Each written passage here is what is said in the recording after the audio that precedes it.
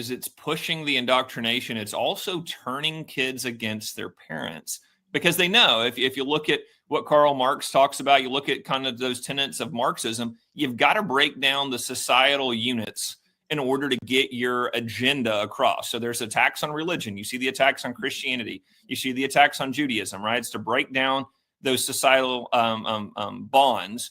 The second part and the most basic the most basic unit of society is the family unit. So they want to break down those family units so that when they come in with indoctrination and the kid goes home and tells mom and dad, well, I think I'm a new gender today, the mom and dad go, hold on a second. That's not the way it works, right? No, that's not.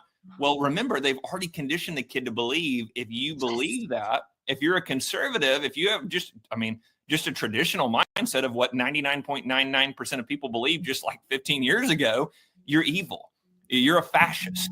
You're a terrible person. So when that conversation happens, that distance between the child and the parent grows even wider because the kid now looks at their mom and dad and go, oh, I didn't know mom and dad were evil. I didn't know they were bad. So now they're not going to listen to mom and dad in the future. So it continues this divide between parents and their kids.